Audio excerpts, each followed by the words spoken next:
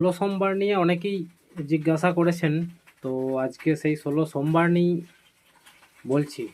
শিবের 16 সোমবার বা ষোড়শ সোমবার পালন আমাদেরকে জাগতিক, ভৌতিক এবং আধ্যাত্মিক যে কোনো ইচ্ছা পূরণে সহায়ক।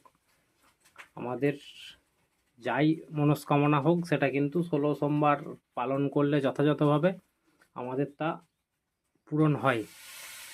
এবং শিবের আরাধনা করতে গেলে শিব তত্ত্বকে আগে বুঝতে হবে বা আমাদের দেবাদিদেবকে আগে বুঝতে হবে।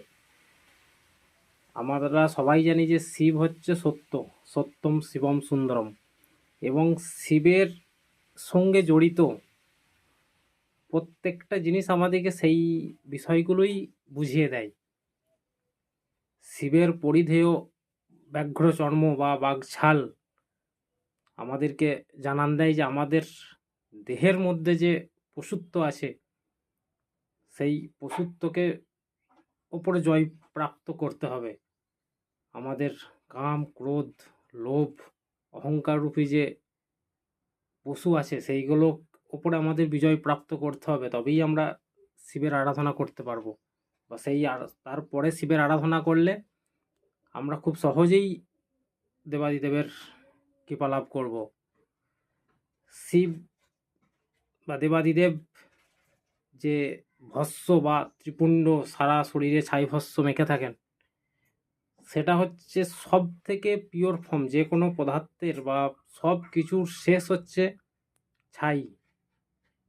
আগুনে পুড়িয়ে ফেললে সেই বস্তুটার সব থেকে পিওর ফর্ম আমরা পাই। তো সেই ছাই হচ্ছে মহাদেবের সব থেকে প্রিয়। এবং মহাদেবকে বা দেবাদিদেবকে আমরা যাই অর্পণ করি, দেখবেন বিল্লপত্র বা আকন্দ ফুল, ধূত্র ফুল সবই কিন্তু গন্ধবিহীন। তাই দেবাদিদেবের কাছে কোনো আড়ম্বর নয়, আপনাকে নিখাদ হয়ে যেতে হবে। আপনার মনের সব থেকে পিওরেস্ট ফর্ম পবিত্রতা। আমাদের সঙ্গটা হবে সত্যের সঙ্গ। আমরা যখন সত্যের সঙ্গ করব, ছাই ভস্ম তাই বলছে যে আমাদের সঙ্গটা, আমাদের সঙ্গে যা থাকবে সেটা হবে সৎ। আমরা সত্যের সঙ্গে বাঁচব। তো এই ধরনের জিনিসগুলোকে যদি আমরা করি, তাহলে দেবাদিদেবের কৃপা আমরা কিন্তু খুব সহজেই পাবো। শিবের জটাও আমাদেরকে সেই রকমই বোঝায়। আমাদের বিক্ষিপ্ত মন নয়, মনকে একাগ্রচিত্ত করতে হবে। বিক্ষিপ্ত মন নিয়ে আমরা কোনো কিছুতেই সফল হতে পারি না। শিবের জটাও আমাদেরকে সেই শিক্ষাই দেয়। শিবের ত্রিশূলও তাই আমাদেরকে শিক্ষা দেয়।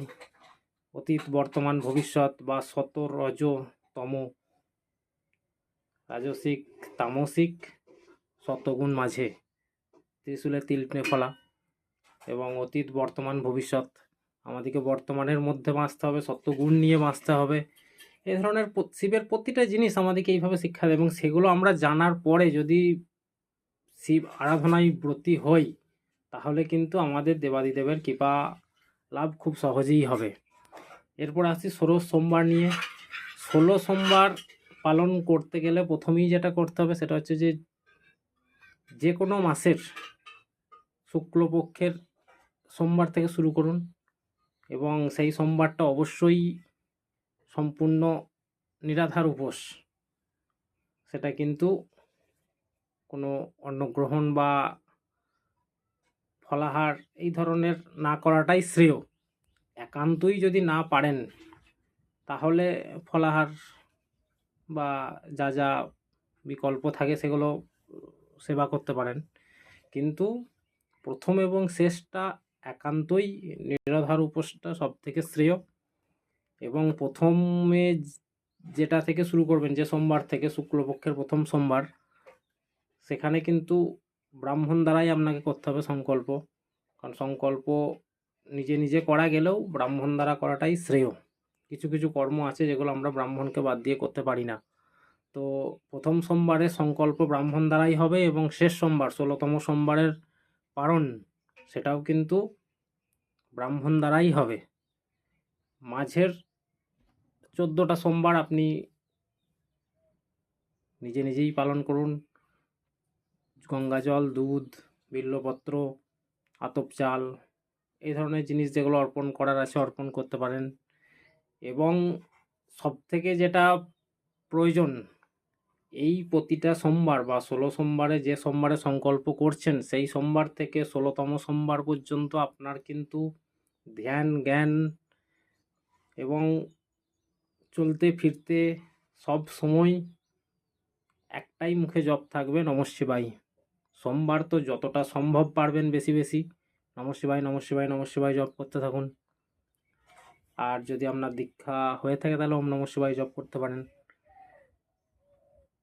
সেদিন দ্বাদশ জ্যোতির্লিঙ্গের নাম স্মরণ খুব শুভ, এবং শিবের ১০৮ নাম বা আমরা শিবাষ্টকম স্তোত্র পড়তে পারি, আমরা রাবণ বিরচিত শিব তাণ্ডব স্তোত্র খুব শুভ ফল বহন করে, বা আমরা যেটা করতে পারি সেটা হচ্ছে যে দারিদ্র দহন স্তোত্র, মহর্ষি বশিষ্ঠ বর্ণিত, মহর্ষি বশিষ্ঠ যে দারিদ্র দহন স্তোত্র লিখেছিলেন সেটা খুব শুভ ফল বহন করে। বিশেষ করে যাদের আর্থিক বিভিন্ন সমস্যায় জর্জরিত তারা যদি ১৬ সোমবার দারিদ্র দহন স্তোত্র পাঠ করেন সেটা কিন্তু খুব শুভ ফল নিজেরাই উপলব্ধি করবেন। বা আরও যেটা আছে, শিব গীতা পাঠ করতে পারেন, আমরা শিব পুরাণ পাঠ করতে পারি ওই দিনে। এবং সব থেকে যেটা শুভ ফল পাবেন সেটা হচ্ছে যে শিব পরম বৈষ্ণব বলা হয় শিবকে আমরা, এবং শিবের হচ্ছে যে রামচন্দ্র এবং কৃষ্ণের পরম ভক্ত।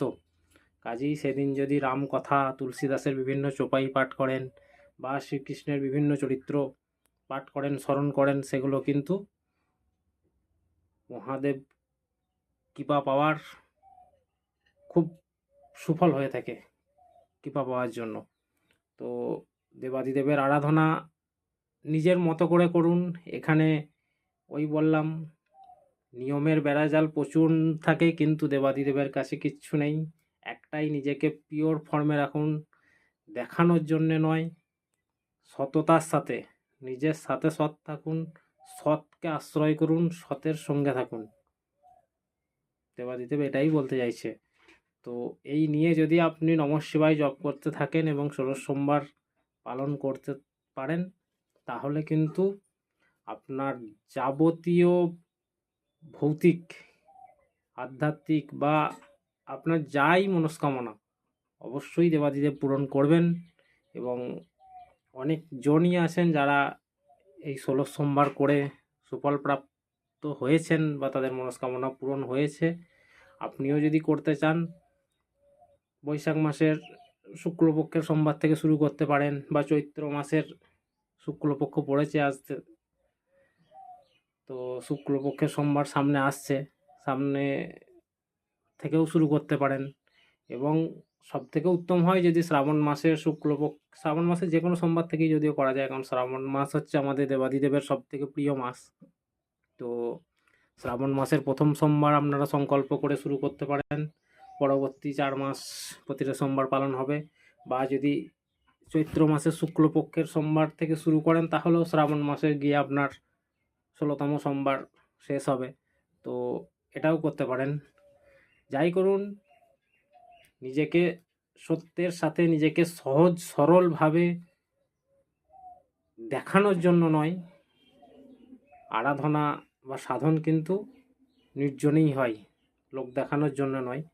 তো সেইভাবে যদি করেন দেবাদিদেবের অবশ্যই কৃপা পাবেন, এবং দেবাদিদেবের পুজো, আরাধনা, স্মরণ, বন্ধন, মনন আমাদেরকে সব দিক থেকেই শুভ ফল প্রদান করে।